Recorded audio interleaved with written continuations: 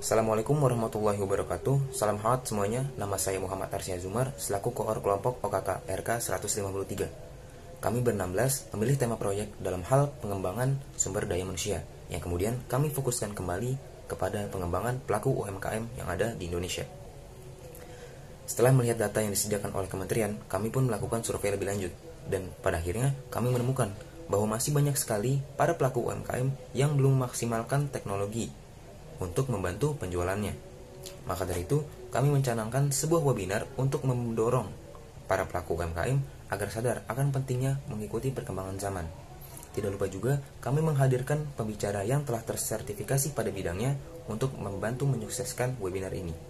Pada akhirnya, webinar ini telah terrealisasikan pada tanggal 20 November 2021 yang lalu.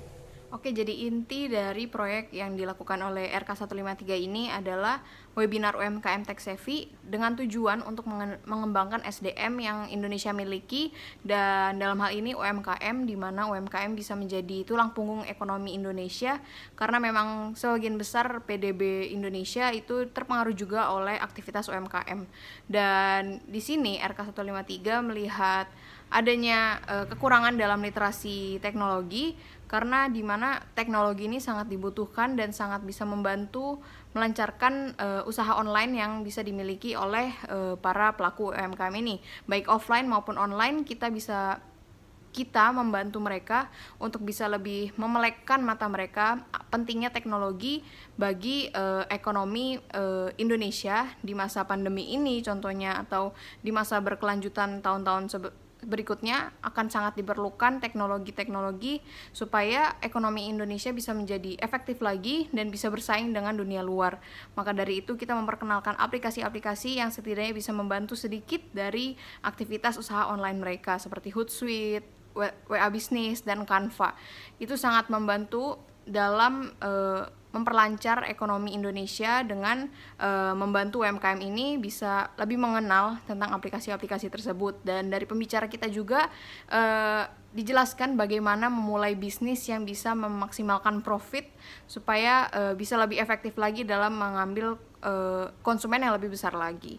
Jadi jelas tujuan kami adalah membantu UMKM supaya bisa lebih melek teknologi, dan harapannya mereka bisa menggunakan aplikasi-aplikasi tersebut. Setidaknya kalau tidak menggunakannya, setidaknya mereka bisa tahu pentingnya teknologi dan bisa menyadari bahwa teknologi sangat bermanfaat bagi kelangsungan ekonomi Indonesia, dan salah satunya ini aktivitas UMKM. Baik, Assalamualaikum warahmatullahi wabarakatuh. Shalom, Om Swastiastu, Nama Budaya, salam kebajikan untuk kita semua. Selamat sore dan salam berbahagia. Kami ucapkan selamat bergabung dan selamat datang. Luar biasa.